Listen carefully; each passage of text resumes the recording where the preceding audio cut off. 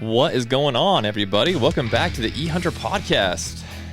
We've got another great podcast again for you today. Hopefully you guys are enjoying these podcasts this year. I'm absolutely loving them. So learning a lot and getting to know a lot of really cool people in the industry and just having a lot of fun. And that's really what this is about. On today's podcast, I have Brandon Waddell with the Mountain Archery Fest. So if you're not familiar with the Mountain Archery Fest, definitely stay tuned and stick with me today during this podcast. We're going to talk a lot about what it is, what you can do at the actual fest, and how much fun it is. It really is a lot of fun. If you guys haven't been to one of these big 3D archery shoots and you're an archer, you're really missing out. You know, it helps you with your practice as you prepare for the hunting seasons, and it just gets you out in the outdoors, you know, enjoying life, spending time with the family or friends or whatever. So got him on the line. Let's jump into the podcast with him. As always, we want to thank our sponsor, Vortex Optics, for helping us out with everything over here at eHunter. We sure appreciate you guys at Vortex Optics. Check them out, vortexoptics.com. Let's jump into it, guys. Well, you're bringing a lot of joy to people. I mean, I'd much rather be up on the mountain shooting at some 3D targets rather than sitting at an office at work. So, hey, it makes me smile. Well, you know, I put a lot of time in this room. You know, what's funny is as math has grown, I've shot less, and that wasn't the idea. You know, it just, I shouldn't say it. That's kind of by choice to some degree, because I'm just, you know, we're in a position right now that we're growing a lot, and so you got to kind of have some ebb and flow in your life. You know, I mean, there were, you know, 5 or 6 years where I shot my bow every day, and you know, and I keep telling myself I have guilt wrapped around not shooting my bow every day, but then I remind myself that that's not the case. It's not a guilt thing. It's just, I'm okay with it for right now. Yeah. Just for right now. Well, hopefully you still get to shoot at least sometimes, you know, maybe not every day, but hopefully you get out a couple times a week and get to put some arrows down range. Yeah, every now and then. You know, once it's coming now. I mean, show season's coming to an end. Some of my traveling will be over, although March is gearing up to be really busy. But you know, we have our first mini math March 12th here down locally here, and then a good friend of mine has his bow 3D shoot just south of here the weekend before, and so, you know, I'll show up casually late to his shoot and roll in there and shoot in the top 10, and I won't have shot my bow in 45 days, and then the next weekend I'll show up like I'm going to do it again, and I'll shoot the worst I shot.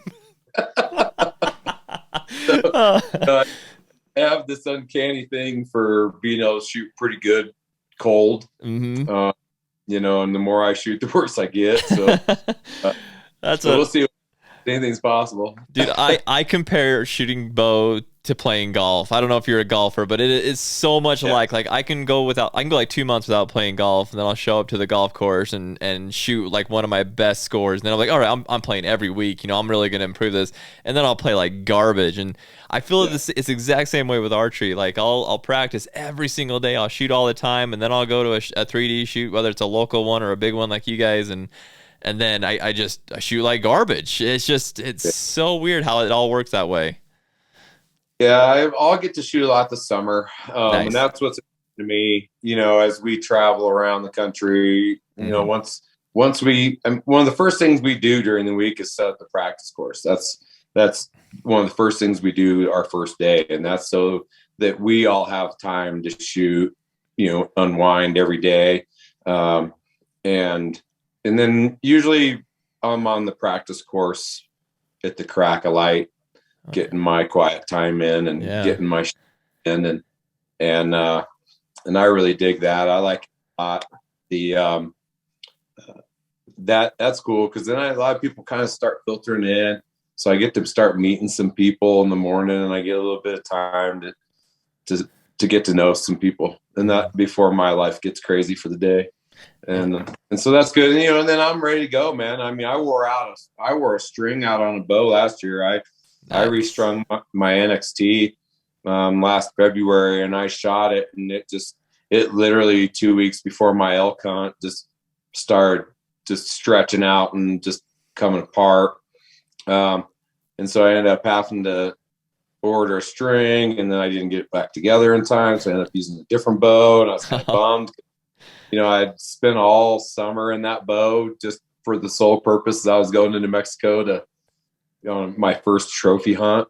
Yeah. And, but I ended up working it out. It's okay. I worked it out. Was it a good hunt? Did it turn out okay?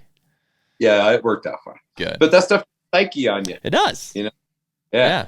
Get all out of your groove. Yeah, you switch an arrow, you switch almost anything on your setup or really anything, and it does. It's a mind game. It starts messing with you, and you start thinking about it, and you start sucking. So sucking.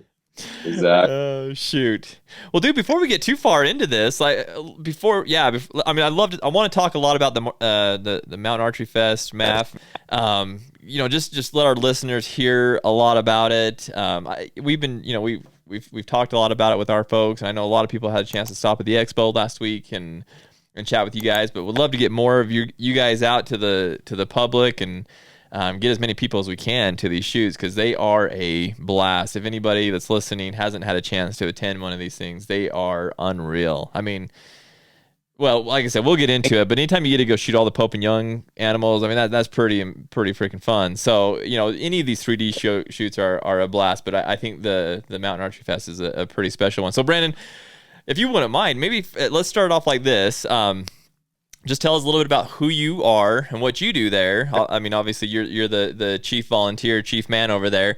But then just talk a little bit about what the Mountain Archery Fest is. Well, Mountain Archery Fest is a large-scale 3D shoot, but our design is for every person to come and enjoy the sport of archery, no matter what discipline you shoot, how old you are, how good you shoot. Mountain Archery Fest is a safe, fun place for families and people who love the sport of archery to come together and enjoy being around like-minded people and getting educated, having fun, meeting new people, seeing some of the top stuff in the industry gear-wise, and meeting some of the great people behind those products. And then MAF is also, turned into quite an educational space. We're really happy about adding our seminars this year. Mm-hmm. That's a big piece for me. I love educating and offering opportunity to people. So, we're a big 3D shoot. We look a little bit like Total Archery Challenge, but we're not. Once you get involved in our event, you'll realize we're much different. We're a family-owned and operated company, if you will, and it shows. The product that we put on the mountain, the product that we share, and who we are is amazing. I'm just, and I say that not gloating. I say that because of just how proud I am of my team, mm-hmm. and how proud I am of my sponsors and the vendors that come and are a part of who we are. They're all great individuals and great team members, and they're really in this industry and in this sport to see it succeed and to see people succeed in it, no matter the means of how they go about it. And so, with that being said, MAF is just the most inclusive and most complete 3D shoot in the USA. You can come, even if you don't know how to shoot a bow, you can come to our events. We can teach you how. We can show you the community. We can introduce you to it. And it's not just to come and be a hunter. Right. If you want to come and just enjoy the sport, you want to shoot paper, you want to shoot foam, you want to shoot in your backyard with your family, you want to hunt, you want to go full tilt, maybe get into the Olympics as a shooter. I mean, there's so many avenues for people in the sport. And so that's, MAF we just do everything we can to be as inclusive to anybody and everybody into the sport, because we know how much it's done for us and our family and the people around us, and what it does for character and for children. And it's just a really healthy place to be. And so, I guess that's MAF. Well, you talked about it being so inclusive, and I think Well, you know this probably better than I do, that, a lot of people are intimidated by doing something like this, because a lot of people think of it as a competition, or, I got to be better than the next group on the hill, or the next guy that's in line with me, or whatever. And what would you say to guys that are, or guys, gals, kids that are a little bit intimidated to come out and do something like this? We're your right stop. I can tell you that we're the right place for you to come. The Epic Archery Unleashed family, you can find them Epic Archery Unleashed, and it's EPPI. And they are a family that is running our practice line and our practice course this year. And they would be if you've never shot before, this is the family that you're going to get to go meet. And you'll have to follow them a little bit because they're such a cool family and just super neat people. Mel, she is doing this, and she's coming on tour with us this year because she knows how intimidating it is to walk into a pro shop and start asking questions that you think are dumb, and or telling someone you don't know what you're doing. And it is extremely scary and intimidating because, one, you're going in, you're doing something and asking about something that you're unfamiliar with, which makes you lesser than somebody to some degree, you might think. Not the case, not true, for sure, but we do that to ourselves. And then also you're going into some place, probably where there's firearms, where there's bows and arrows and things. I mean, those things, it's intimidating. Those things can hurt things. So, there's lots of different factors that revolve around that, going into somewhere like that to ask those questions. And what Mel and Keller are doing is empowering people to know that they're there. They're just a husband and a wife, and with a couple kids that love the sport of archery, and they want to share it with you. They want to help you learn. And so no matter whether you're a woman, young, old, male, and even if you think you're a great shooter, Mel and Kel can probably teach you something. Yeah. USA instructors don't get their certifications because they don't know stuff. They're very competent in the sport, and they're very competent in the equipment. They're very competent in the rules and the safety aspects that are involved. And so, they're the best first contact you can have. Yeah. I love that you see that. And even me, I've been shooting archery, pretty much my whole life. Ever since I was a little kid, I got my first bow.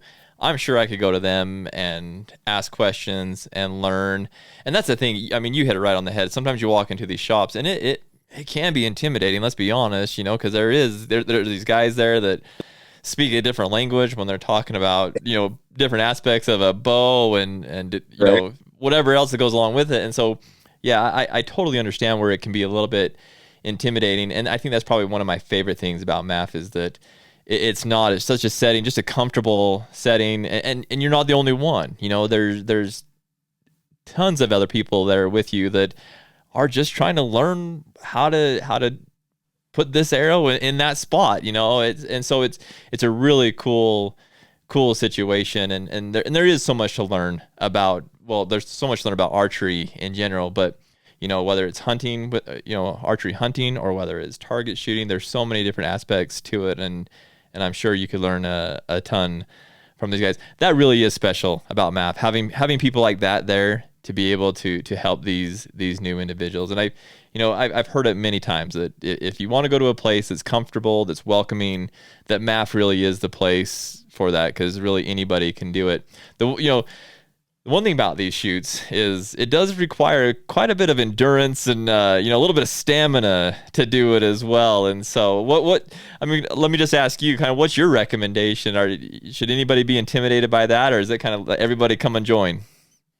Well, it's everybody should show up, because even the courses and level of difficulty in shooting, we try to create a level of difficulty within the course itself. The hiking side, whether it's all downhill, some uphill, and also just the difficulty of terrain along that course. And so, we even have our track action mobility course that we're doing this year, which is pretty amazing. That's going to be on the same course as our kids course. So you got 25 targets on that course. It doesn't require you to go up a lift. If you're scared of heights, it doesn't require you to go hiking really. It's typically that course is very easy going. It's also set so that the adaptive community can utilize it. We have track action chairs on site that you can come up in your wheelchair and jump in a track action chair and go hit this course if you want. You know, it's, you know, even if you're not in the best of shape, I tell you, you just got to get outside. You just got to get out. We have an opportunity for you to come be a part of our event, no matter what. You know, I guess that's no matter what. That's the best way I can put it. I mean, if you can get there, we can help you. Shoot, we got something for you. I mean, even to the most rugged backcountry dudes. I mean, you know, and that's kind of go back on your point just a little bit, is to remember that everybody's there for the same reason. Everybody's there to try to put that arrow in a spot, whether they're on the most difficult course or whether they're at the practice range shooting the first 10 arrows of their life. They're all still trying to kind of get to a spot, whether it's a big spot or eventually we're all trying to get to a smaller spot. Right. But everybody's trying to do the same thing. And that's where, if you're going to come and you're going to come hit our mountain, bring good hiking boots, right? You want to bring water and snacks. You want to be bringing rain gear, possibly. You want to pay attention to the weather. You need to be prepared. Just like you're going to be prepared anytime you go on a long hike or go in the outdoors, go camping, you need to be prepared. We got some great stuff on our website and some great things there that'll help line you out on real specifically what you may need to bring. Sunscreen, bug repellent. You know, and a lot of that all changes based on, you know, are you bringing your kids? Are you not? Right. You know, are you bringing the first time lady with you? You're not. You know, I mean, everybody's got a little common sense. You got to use her a little bit. But if you need a little help going down that road, we got some stuff on the website that can help you out for sure. Dude, that's what I love about it. I love that anybody can come and do this. And I'm sorry to continue to go back to that intimidation factor, but that's the thing with math is you really don't have to be intimidated. You can just really just show up. And again, going back to that point that we're all there trying to do the same thing. We're trying to put this arrow in that spot, whatever that spot is. And the other, I guess one of the biggest things we're all trying to do is just have fun, just enjoy being outside, being around cool people and just having fun. So I think one of the things that people could do, you kind of talked about that gear list of or things that you want to bring. I think if you go to your guys' website or even just follow you on social media, there's a lot of information out there so that you kind of know what you're getting into. Would you agree with that, Brandon, that you can kind of figure out what you're getting into by your website and some of the socials you have going on? Oh yeah. I mean, we're always throwing out tidbits of education information going in. And of course, if you sign up for Mountain Archery Fest, we're keeping you up to date on everything that's happening going into your event. You know, we're sending out a 30-day email, a 2-week email, a 1-week email, a 5-day, a 3-day, preparing you for weather changes, anything road wise. And, you know, we're always keeping you informed as to what you may need. So we don't let people come into this blind. We over communicate with people so that they can come and be comfortable, you know, so that they know what they're getting involved in. Because it's, you know, it's neat just to have some people come up and just check us out sometimes, you know, to see what we're about, see if we're comfortable, you know, because we, like you said, like we're fun. Yeah. We have a lot. You know, we have cornhole tournaments on Friday where we're raising money for local charity. You know, so 4 or 5 o'clock, we're going to crank up a band and we're going to break out the boards and we're going to be getting teams going. And it doesn't matter if you're an archer or not. If you got a cornhole team, come up and register. We're just raising money for your local charity, you know. So we end up meeting other people and, you know, through that, and they end up coming up and shooting the next day. They're like, man, I've never shot a bow before, man. And, you know, and the next day they come up and they learn. And they didn't only be the day before, they just wanted to play some cornhole. You know, so that's great on Fridays. And then on, you know, we got seminars each day. And then Saturday night, we do the 3-course wild game dinner for Pope and Young, which is a lot of fun. If you really want to learn about our Pope and Young course and learn about the Pope and Young Club as a national organization, that's a great opportunity. And you get more out of the dinner than you spend on it. Mm-hmm. I mean, you get all sorts of free stuff and, and a membership and all sorts. It's great. It's totally worth doing. But then on the flip side, you could be doing the team elk calling comp, and that's funny. That's a fun one, man. Every now and then you get some good teams that are like really good. Yeah. But then most of the time you get these teams and they're not that good, but it's fun. Yeah. Because sometimes people make some funny noises when they're trying to elk call. So it's just a good time. We're just celebrating being together. And then to finish it off on Saturday nights, we do a full draw film tour night where we sit down, pop some popcorn. We sit down with the kids and families and we watch films about hunting and conservation. And then that's the night you want to be a kid, man. Yeah. Because, dude, I spoil kids like you wouldn't believe on the mountain. I remember that if you're a kid. You can get free stuff. Yeah. Dude. And, it's fun. Dude, you hit it right on the head when you said it was celebrate. That's exactly what it is. We're just celebrating life and the things that we enjoy. I mean, I love talking to you about this because it's just so much fun. I mean, like I said, some people can take things so serious, but this is it's a good time. It's for everybody. It's enjoyable. I want to talk a little bit more about this Pope and Young course though, because that's the one, like, as I told people I was doing this podcast with you, everybody's like, at least the people that haven't done math yet, they're like, what's with this Pope and Young course? I know there's like this correlation there. So tell us a little bit about that.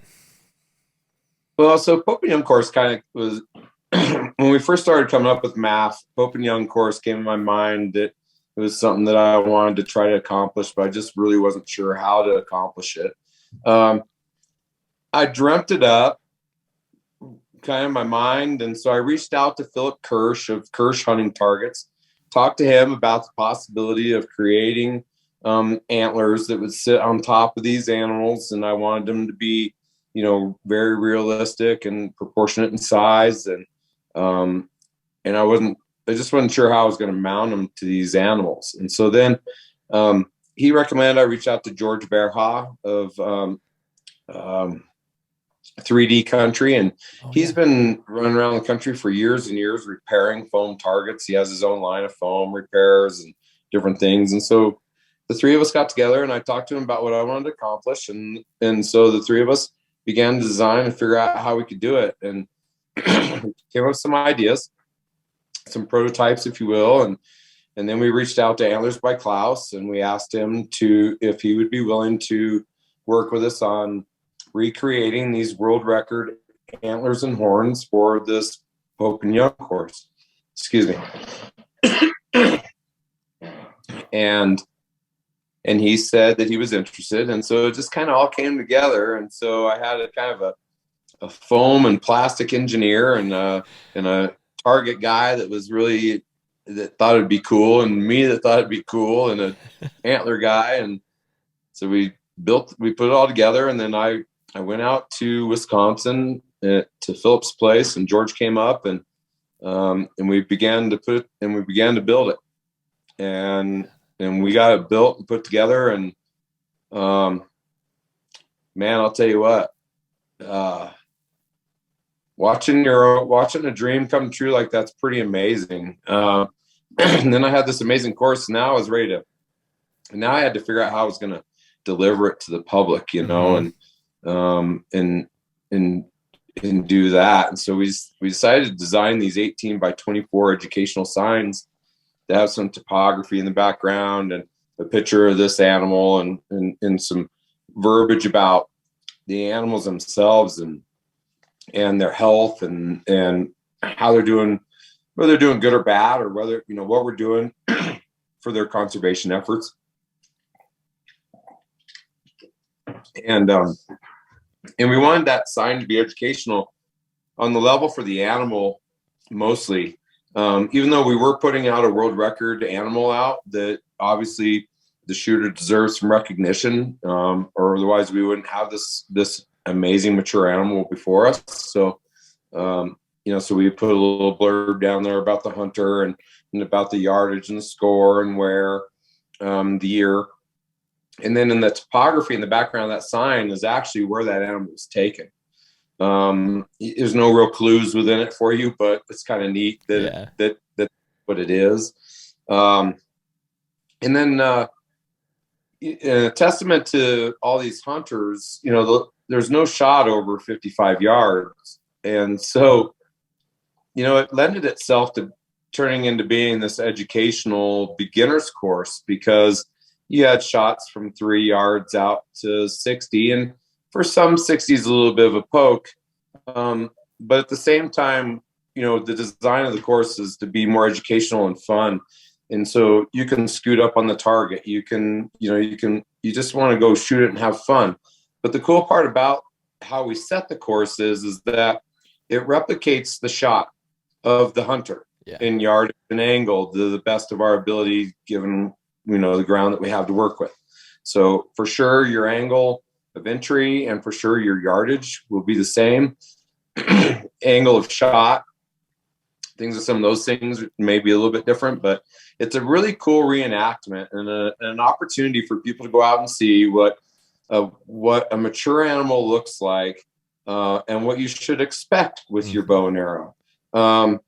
You can go out and find bigger ones. I know there's bigger animals that could represent the 29 that were been taken by a bow, but the one cool thing is that the hunter of these animals decided to put them in the Pope and Young book and give these animals the opportunity to be appreciated next to their peers. Right. You are allowed to put your name in the book, and some people like to see their name being in the top 5. But ultimately, my perspective of being a part of Pope and Young and how these animals are in the book is based on they get to be next to their peers. And they get to be represented. Their legacy gets to carry on. And I think that's extremely important. And so through the course, we're carrying on the number ones. One, because I think they deserve it. And two, I think that, it really shows you what a majestic animal and mature one looks like. And then, just to walk up on a 417-inch elk is pretty impressive. And to put your hands on it and stuff is awesome. The recreation of these antlers that Klaus did is so amazing that there's hair follicles at the bases of these antlers. I mean, wow. the splintering and the ends of the ram's horns and things of that nature is so detailed, it'll blow you away. Wow. They're basically a silicone casting of that representative, and so the detail is amazing, and then he hand paints them all. Wow. So it's a beautiful course. Yeah. And we love it. It's there's nothing like it in the world. Right. And we're very proud of it. I'm proud of Philip and George and helping us create this course for the opportunity for people to shoot it. And and then I'm also very grateful that Pope and Young gave me gave me the support behind this. I spent my own money to do this. Right. Course, Pope and Young is something that's dear to my heart, and this is just my way to give back to the club, and to show them that I appreciate what they do. And it's also to help the club reach new membership and for the club to grow and survive. I felt like this course bridged the demographic that Pope and Young Club is missing. And so I felt like within building this, it was, a gift back to them. And we're very happy with what's done, and the energy it's created for not only Mountain Archery Fest, but also for people that needed to be re-energized in their shooting or in their hunting. And then, of course, what's done for the Pope and Young Club is awesome as well. We're excited about that, and so are they. And our relationship just is stronger and stronger year after year. And we're excited to see what's done. I mean, my ultimate dream is to kind of have a few more of these styles of courses on the mountain. And so you can expect to see those things come to fruition over the next few years. I was just in Nashville looking at a location for Safari Club International. Oh, So there may be something in the works, like the world's SCI course or something like that. oh, Maybe dude, that'd be we'll so see. freaking sweet. So, we kind of feel like every 3 or 4 years it'd be really cool to kind of do something like that. Mm-hmm. But of course the Pope and Young one's near and dear to my heart, so it will never go away. But it is a course that that is, and what I like about it is that I've got people that shoot it over and over, and they just love it. Mm-hmm. They just love it. They can't get enough of it. Yeah. And it is by far our number one course on the mountain. There's no doubt. Oh, No man. doubt. It's special. It really is. It's special to be able to shoot. I mean, just to be able to look down your sights and see that animal, down there. That's just amazing. I think that's kind of another thing that really separates MAF from any other 3D archery shoot, whatever you want to call it, is that there are these special things like that, and it is so unique. And I've talked with some of the guys over at the Pope and Young, and they're pretty grateful for you doing that and appreciate you doing that, because it gives them a little bit of a lot of publicity, but as in talking to them, it almost pays those animals the respect that they're due. It's cool to have it on the website, and it's cool to have it in the book and stuff like that, but you're almost you're creating it like it's a live thing, a live and living thing that people can actually really go, like you said, put their hands on and really, really enjoy it. And so I think that's one of the most special parts about having that course. Thank you. I can tell you that this is as real as it gets. Mm-hmm.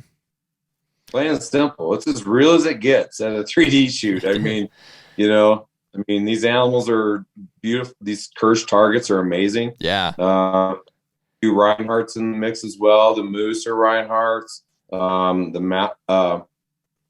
The caribou are all Reinhardts, and then from there the rest of them are all Kirsch targets. And I can tell you, they're great targets to shoot, and when you get, they look so real. They're amazing. And we just keep up in our game. We've learned some new technologies. We've learned a few things. What I can do to bring some of these other types of courses to fruition is going to be a lot easier than what we went through to build the first one, but it won't ever have the same character. Right.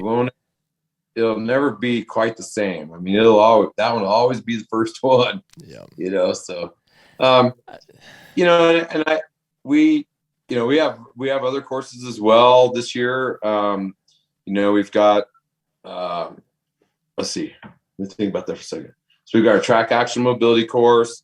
We got our kids course. We've got the Pope and Young course. We do have some openings for sponsorships on courses, so we don't have everything named this year. But I have a ultimate Western hunt course this year. I have an exotics course this year. It'll be a bunch of stuff you've never seen. Oh, that'd be I've cool. got targets coming from Italy. We've got targets coming in from Germany. Wow. We're bringing in some cool stuff that you just have never shot or seen before. And then that'll be our intermediate course. Then our Western big game is a step up from there. And then our advanced course is this year, I'm going to do a predator course.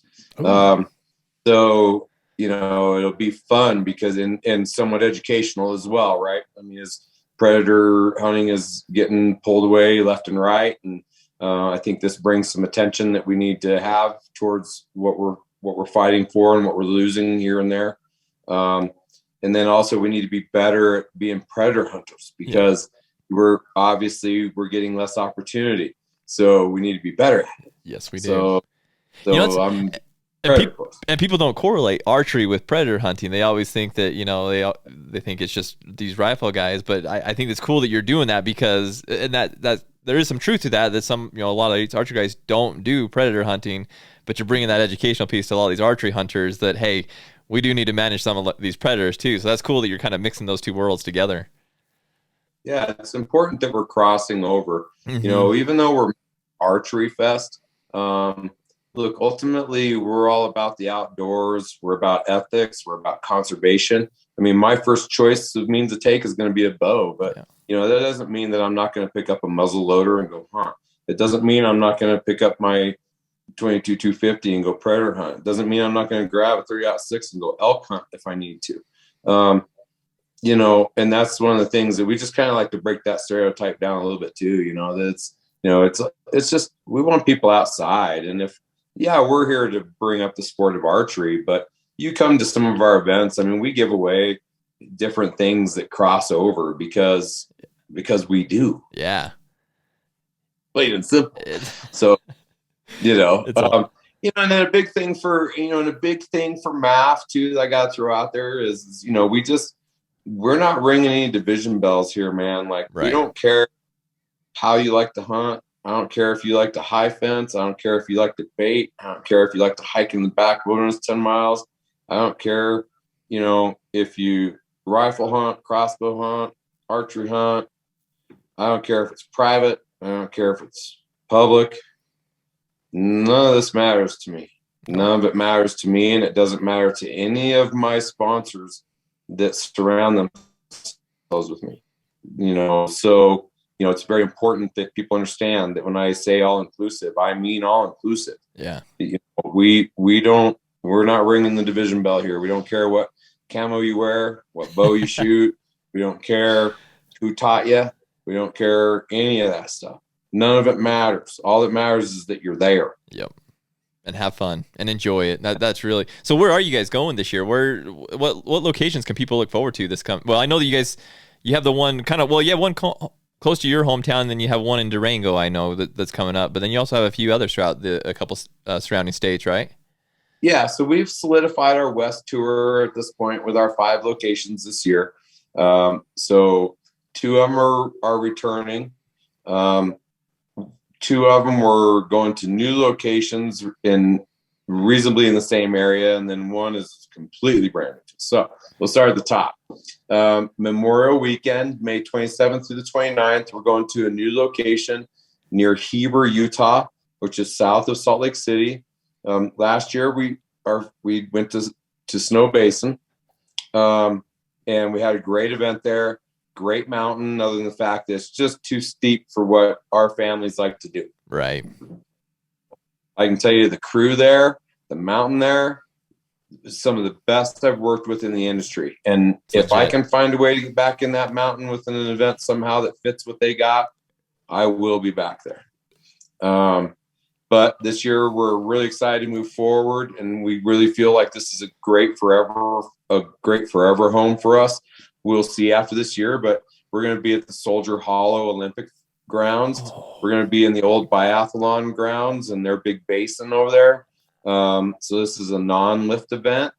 So it'll be a walk out, walk back event. Cool. But the grounds are beautiful. At the end of May, it's going to be green and gorgeous. The temperature is going to be awesome. Maybe we'll get rained on. Who knows? Great. It'd be great if you did.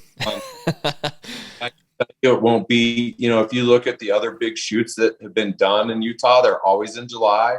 It's hot, it's dry, it's good time, we know, but we just kind of felt like that weekend really was open, and that was a great opportunity because we can be your first big shoot of the year and let you dust your stuff off and come out and get going. And, you know, and man, we can never be soon enough. Yeah. Yeah. So, you can start tomorrow. I'd be there. Yeah. So, you know, stoked about that. Something cool about that is they're going to have an Olympic village within our vendor village. You're going to get to come and check out so cool stuff and cool people, Olympic athletes, coaches. If you've ever laid on a skeleton sled and wondered what that would feel like doing 70 miles an hour, I mean, you can lay on, you don't get to do 70, but you can still imagine that idea. Yeah. You get to shoot the biathlon guns and lay down, do a target, do some exercises and try to do that. I mean, it's going to be a really opportunity for everybody, just on top of what we already do at Mountain Archery Fest. So, you know, it's just really being able to show the uniqueness of the venue that we're utilizing. And, and archery is an Olympic sport, and, you know, that's an Olympic stadium there for us to go have an archery event in. I mean, how cool is that? That's unprecedented, honestly. How fun is that? That's so cool. Yeah, we've got big plans there, man. We've got big plans there. We've been nurturing that for a little while. And so then 2 weeks after that, we're coming back home, back to Colorado to Purgatory Resort. And that's the one that's right here in my backyard. I grew up on that mountain, skied it more than I should have, ditching school and everything else. But we won't talk about it right now. But that's our home mountain. We love it up there. It's an early one for us. We'll see how winter plays. We might have some snow at that shoot, which we don't care. Cool. That might be fun. Yeah. And then 2 weeks after that, we go back to Utah. So then a month later, we'll be back in Utah, in southern Utah, just outside of Beaver, yes, Utah, at Eagle Point. I'll be there. Point. What's cool about Eagle Point is that if you're getting prepared for high country hunting for your year, that would be a great event for you to come to, because a lot of that event is very high altitude. And it gives everybody an opportunity to really feel, look, your arrows fly different at 10,000 feet. Your body does things different at 10,000 feet. Your gear's different. I just encourage people that, that's a great one to come get tuned up on for a big Western game hunt season. That one's a cool one, because you can see some pretty sweet mountain goats on that one too. They're just any of the live, the wildlife that you could see on that shoot. It's so awesome. I love that area. I'm a Southern Utah boy. I live in just outside of St. George, but so I'm super stoked about that shoot. I will be there for that one for sure. That will be there for our fourth year, and same with our Colorado venue. That's be our fourth year at that location. Chef Jimmy up at Eagle Point, man, is top notch. Yeah. His dinner's killer. The mountain's special because they love what we do and we love what we do. And I'll be honest, that's our crew's favorite mountain. Man. Our crew loves that mountain. And I think it's because we know it really well. Yeah. And we can it really well. But ultimately it comes down to really the crew up there, man. They roll out the red carpet for us and for our registrants. They're awesome. And I'll tell you, that's not to get away from what we're doing that weekend, but that's a mega archery weekend, just so people know. I'll share. So Total Archery Challenge is in South Dakota. Math is at Eagle Point in Utah. Northwest Mountain Challenge is going to be at Tamarack. Top Pin Archery will have their comp at Silver Mountain in Idaho. Oh, wow. And then Whiskey is doing their shoot in Homewood in Northern California. We're all spaced out really well, but man, if you're not shooting a bow and arrow on June 24th through the 26th, you're something wrong with you, man. Because the biggest archery shoots in the country are all on that weekend somewhere. Wow. Wow. I knew there was a few of those. I didn't realize there were that many that one weekend. Holy smokes. When I started mapping it out earlier this year, I was like, holy cow. And then when Top Pin switched to that weekend, they were typically earlier in the month. And they moved to that weekend. And then, and that's what ended up stacking it. I was gonna say, that's why I thought that they were earlier on. So that's when you said that, I was like, I was really surprised that they had moved it to that date. So that's still cool. Yeah, you're right. If you're not shooting a bow and arrow that weekend, we got issues. And so then after that, we're heading 2 weeks after that, we're heading to a brand new location, brand new state for us, and that's Wyoming. Yeah, we're really excited to bring Wyoming their first own big shoot. No one else has ever touched that state. And we're excited about that. That's at Antelope Butte recreation area / ski area. It's up on the top of the Bighorns in between Sheridan and Shell. Okay. And it's in the northern central part of the state. And I'll tell you what, we're really excited to go there. That ski resort was left for dead. The Antelope Butte Foundation resurrected it. They've got the mountain back in swing. They rebuilt their lodge. I just couldn't tell you what a special group of people they are, and they're driven. They're driven, man. And I'll tell you what, I love people that are driven. Yeah. And and we're excited for that one. That's going to be our Wild Wild West shoot. There's not a lot of lodging opportunities up there. We're working with Davis Tent to build some man camps up there and have plenty of camping opportunities for everybody. I mean, Sweet. you can bring your own RV, your own tent if you want. But they run a big music festival up there. Uh-huh. So we flow over from more music that one. Day in and day out. We're going to have a lot more fun up there on that mountain, I think, because you guys know how to raise some money. Dang, I might have to see if I can get to that one. That sounds like a freaking blast. It's going to be kind of your grassroots Wild Wild West one, where it's going to be, a lot more camping, probably a lot more partying, a lot more, Nothing wrong with that. Just that old school archery shoot feel. Yeah. So we're excited about that one. And of course, we just added, and I haven't even really made it public yet. I mean, it's out there. It's on the website. I'm sneaking her in. Uh-huh. We're going to have to go here tomorrow, but we're heading to Blacktail Ski Resort next to Kalispell on the flat, right next, just west of Flathead Reservoir. And man, you talk about big, that's like a ocean. I don't even think you could call that a reservoir. That lake's Huge. big. Yeah, that is huge. You drive a long way and it's still there. But I was just up there, right? I literally was up there right before Western Hunt. I went up and met them 2 days before Western Hunt, skied the mountain, had a great visit with them. And I love the mountain. I love it. I'm really excited about that mountain. I like the way it lays down. I like the way where it's positioned. I mean, it's a little bit away from some stuff. I mean, you always wish you were a little bit closer, some degree. I mean, it's 90 miles from the I-90 corridor north up to Kalispell. It's a little bit of a jaunt off the corridor, but man, it's beautiful driving up there. And that mountain, the views on that mountain. Yeah. Oh. And what weekend is that? And that's going to be July 22nd, 23rd, and 24th. What a pretty, that's going to be like perfect timing to be up there. The weather's going to be perfect. Oh. I can tell you that when I was skiing that, right before you drop right into the bottom of the bowl. Yeah. I mean, almost everywhere on that mountain you can see. I think I can see Canada. I mean, it's like, you can see hundreds of miles from up there, man. Oh yeah. Like, it was so gorgeous. So we're really excited about that location.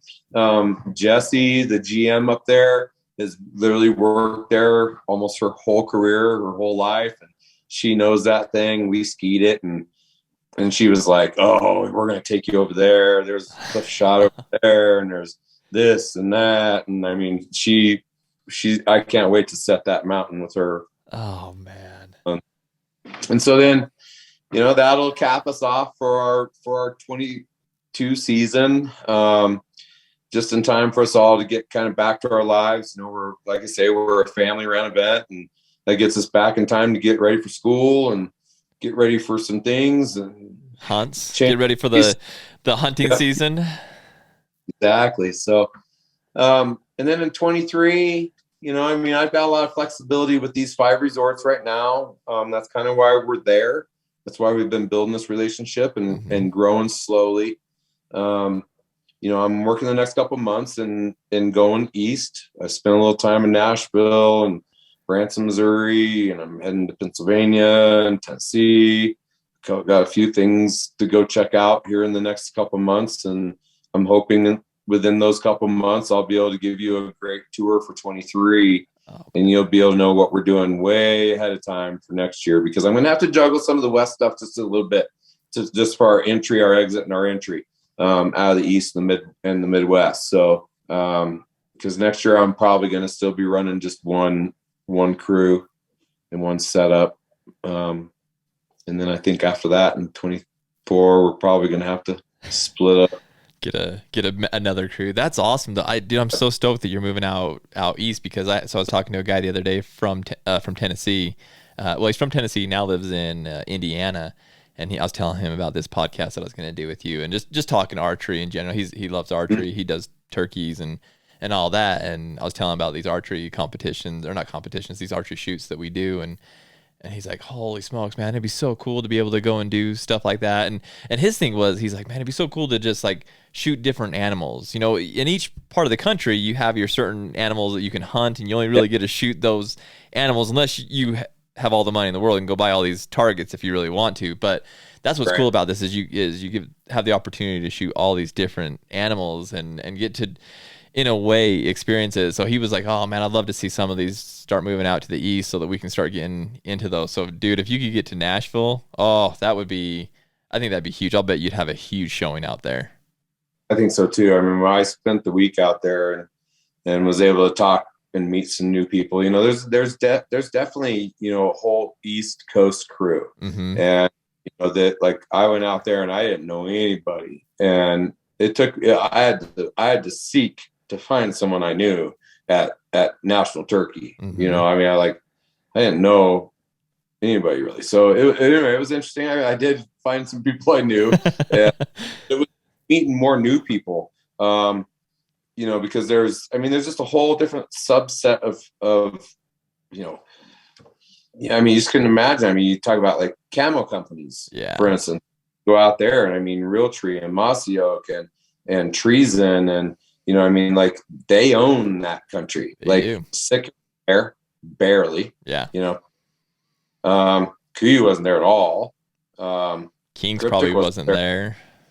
You know, it's like, you know, so it's just a whole nother demographic out there. And it's like, and so as an event director, you know, it brings in questions of, you know, do you kind of have like East Coast, West Coast sponsors, you know, because not a lot of West Coast sponsors want to spend the money to travel clear to the East to do boothing, to try to sell their product, and vice versa. And I don't know. It's really, you know, it's an interesting dynamic that we're flowing into with MAF, which is awesome, because it's, you know, I just love to see all these companies grow. I want to see everybody level up, right? Yep. And grow, you know, and if it means that they could come back west with, you know, and get some market or interest or something like that, that's cool.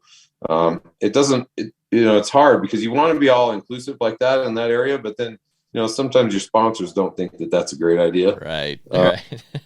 But, you know, if their product is what it is, it stands alone, then it speaks for itself. Is kind of how I see it. And they, you know, may appreciate it as well, because, you know, you can do these Eastern shoots and introduce people to King's Camo, or, you know, Cryptech, or whoever it, you know, whatever the case may be, so that it builds their clientele as well. And so it really is kind of a scratch each other's back kind of a thing, as you hopefully they look at it that way. I mean, I guess I understand that they may be a little iffy about it, but if you look at it in the right way, it does have a lot of potential. It's one thing I've really loved about our platform with eHunter is, you know, yes, we're heavy in the West because it's where we live and it's what we love and know, but it's allowed us to really move into some of these Eastern settings, you know, whether it be turkey hunting, whitetail hunting, whatever the case may be, bird hunting. You know, it's allowed us to talk to those people, get to know really cool people, and learn from them. It just helps grow our knowledge, introduces us to more people, brings more opportunities. So I would say for those people that are nervous about that, especially sponsors, I think it could be a cool opportunity. I think it can be too. I mean, because you got to consider a lot of those guys that are out the East. I mean, you know, they're like, well, I'm going to need to buy some different style of gear to go out West. And, well, who is that player? Yeah. Yep. Same thing. You know, I can tell you right now that if I go down south to go duck hunting, I am not wearing my Western camo. I'm going to buy some mossy oak and I'm going to go hunt, you know? So I see it how it can work that way. And the same with even giving hunts away or things like that. I see it too. It's like, you know, I mean, I was talking to some of these guys. I'm like, give me a gator hunt giveaway. I mean, they're like, going to want to win the gator hunt. I'm like, are you kidding me? Freak yeah, I'd love to win that. Dude, all these dudes in the West are going to be all over that thing. I mean, like, hell yeah. I guarantee you the gator hunt bucket will have more tickets in it than the Coos deer hunt. Oh, for sure. Because we can go DIY that gig by ourselves, but we don't know nothing. We don't know anything about gator hunting. No, no. All I know is it'd be a freaking blast. I'd love to do. That's what I'm talking about. It's like, so, that's how it could cross over and work really well. Yeah. And I think you just gotta, the thing is that you gotta leave that avenue open and that opportunity. Yep. And then, and I think that when people realize, oh, we can do that. Yeah, you can. Absolutely. And it's just that same thing of just taking down that divisiveness kind of thing, right? So just making sure that it doesn't exist in that. But I'll tell you what, let me tell you something about coming back from NWTF in Nashville. I have a mad new respect for turkeys and turkey calling. Mm-hmm. Wow. Yeah, that's legit stuff. Watch competition. Like I've watched, and it's like watching good elk calling comps, right? Yeah. But I'll tell you something. Some of these dudes that know how to work a reed from frontwards, backwards, and sideways at 200 miles an hour is that some of that is really impressive. I sold a Rocky Mountain game call, a goblin, to this guy. I was working the booth with Universal Outdoor Products with Thomas and Baku and that deal. And anyway, this guy walked up and he's like, I want to try that. And I said, it'd be $9. And he said, he threw down a $10 bill and I was getting him change and he ripped that thing open, man. He threw that thing in his mouth and I stood there with my mouth on the floor. I mean, I couldn't believe what that guy was doing with that thing. And he ripped on that sucker for about 2 minutes and he drew a crowd like you wouldn't believe. And he turned around and he left that dollar on the table and he says, that tip's for you. And I looked at him and I was like, thank you. Well, first I'll rewind. He rips that call and he takes it out of his mouth and he looks at me and he says, that'll do. Wow. Yeah, that's all. That'll do. That'll do. That $1's for you. And he just walked away through the group of people that were just standing there watching him, man. And I was just like, wow. Holy shit, man. I couldn't believe how well he worked that thing right out of the package, man. I'm like tell people, I tell people, oh, you suck on it, break it in, chew on the tape a little bit, get broke in, and then it'll seep. Yeah. That guy raped that call right in front of me. Dude, those guys are legit. My buddy's out there that I've got a one buddy that's all he does is turkey hunt, and it is I'm with you. Your comment about you have a different respect and understanding for turkey hunting, calling, just turkeys in general. Hunting turkeys is hard. People think, oh, you just walk out in the field and you shoot a turkey. No. It is a whole different game. Like you said, we're kind of used to elk calling and these elk calling competitions and whatnot, and we take it very serious out here. I've got my Phelps game call right there that I like to practice with. Those guys out there are the exact same way with turkeys, and it's legit and fun. Yeah, man, fun people. I probably one of the funnest conventions I've ever been to in my life. I mean, oh man, great people, lots of fun, great character.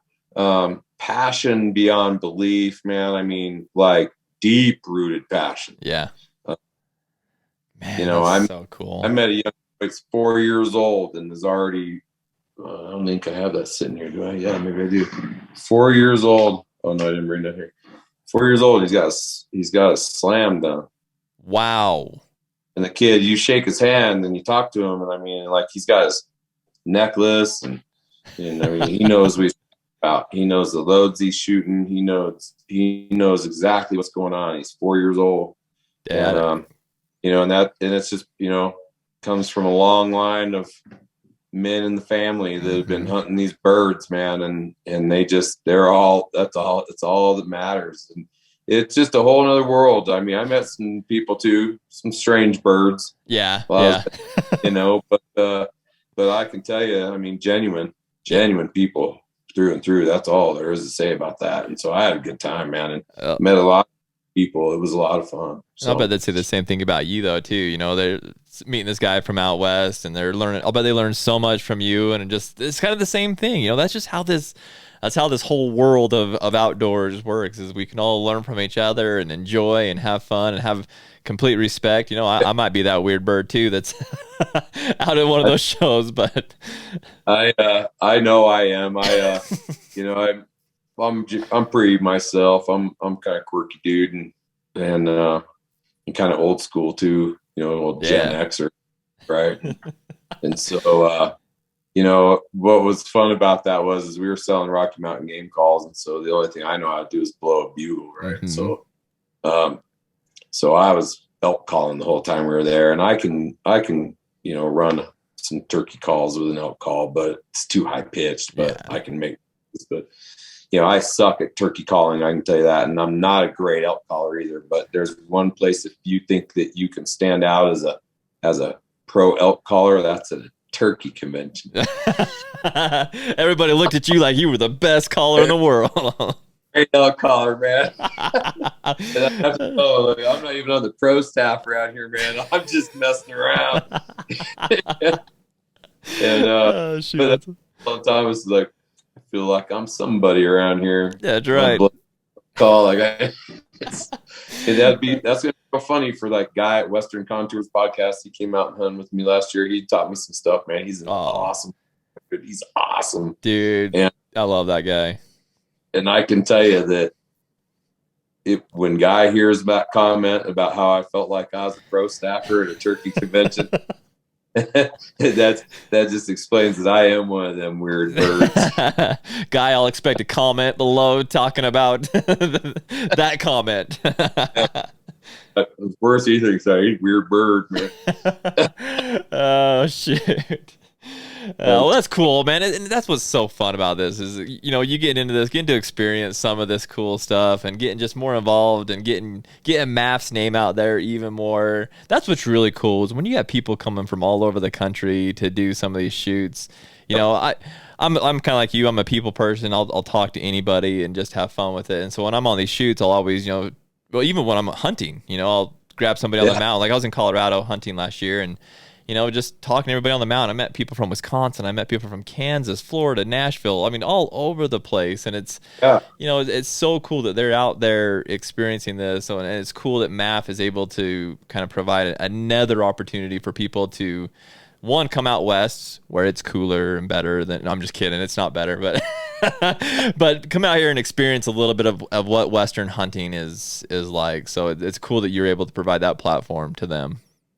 Well, I appreciate it. And, you know, to be honest, I'm honored to have the opportunity. You know, so anybody that knows and hears about us through this podcast, I just really appreciate your support, whether it's just a follow or, you know, just throw me a DM or something. If you got some questions, I'm always down for talking and chatting and sharing information.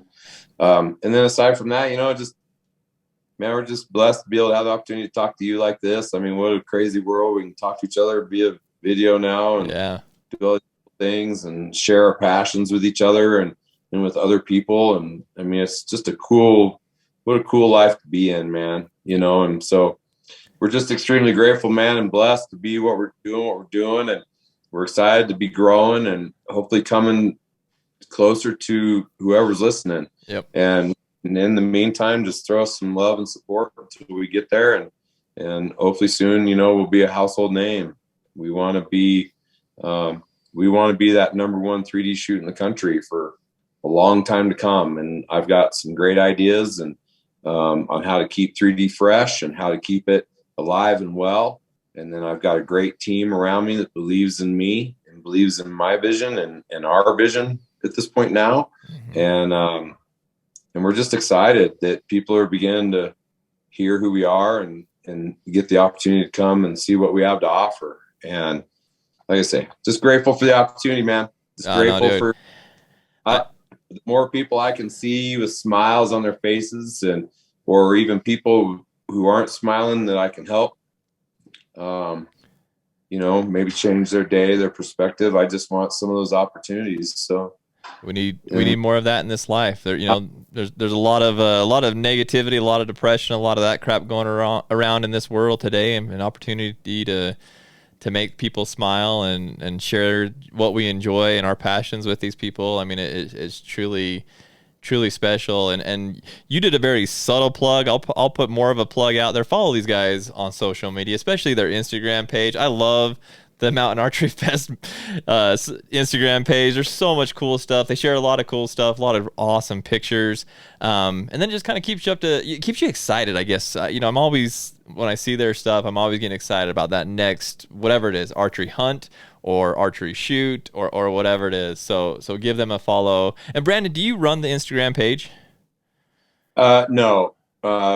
Lauren and Allie Schrag. Oh, yeah, Good Bull. Yeah, Good Bull runs our stuff. They're amazing. They've been doing it for a couple of years now, and they've done a fantastic job at running it. And I throw story stuff up. That's all I'm allowed to do is story work. And I try to answer some of the direct messaging, although that's something that we're going to start doing some automated stuff too, because we're getting a lot through there now. And then, but also, the real skinny you get on Brandon Waddell _ that's where I drop it like it's hot on my page. I try to throw little bits and pieces out there about what's happening at MAF before it really goes the MAF page and before it's public. So that's, if you want to know the real skinny, that's where you'll find some of that. But my personal page is just really more about my journey through what I do with MAF and kind of, being a CEO and being a dad and a husband and just my own little gig. But Mountain Archery Fest, yeah, give us a follow. I'd appreciate it a ton. Instagram, Facebook. Our website's full of information. I mean, it's a plethora of information. It is. Works on it daily, hourly, in her sleep, I think. So there's lots of information there too. So cool. That's awesome. Well, I appreciate you coming on and talking MAF with me, and you got me. I'm so freaking jazzed right now. I'm probably gonna walk outside right now and go shoot my bow just because I can't stand it any longer. But hopefully everybody that listens to the podcast is feeling the same way I am right now. Get out there, shoot your bow, go to one of these shoots. That's the cool thing about it. These guys are all over the West. If you can't find something close, you're not looking hard enough, because there's so many opportunities to get out there and shoot your bow. So go onto the MAF website. It's mountainarcheryfest.com, right? That's correct, sir. Yeah, so go check that out. This is all listed. A lot of the stuff that we talked about as far as like what events are coming up. He did sneak one in there. Actually, no, that one is on the website now. But a lot of good information on there. Get signed up, have fun, just enjoy being with people and shooting your bow. And if you don't shoot a bow, you've never shot a bow, sign up. Come out to these things. It's a cool opportunity. So, well, Brandon, I appreciate you taking some time with me and sharing this. I didn't mean to take your whole afternoon, but I think this was a lot of fun and got a lot of good information out to some folks. And so I look forward to seeing you on the mountain here pretty soon. Same here, man. I look forward to seeing you, Taryn. Thank you so much for everything you do out there on the podcast. Thanks for keeping driving forward and the information going out. And I really appreciate the opportunity for us to come on and talk. And maybe next time we can talk more about hunting. Yeah. And maybe some things that we learned over the years. So maybe I'll make a trip out there. I come out to Colorado frequently. I'll have to take the south route. Maybe I'll stop in, buy you dinner, and we'll chat in person on doing this. I love it. Sounds like a great idea. Thank you so much. I appreciate it. Cool. Thanks, Brandon. Have a good day, buddy. You take care. All right. Be good. See ya. Bye.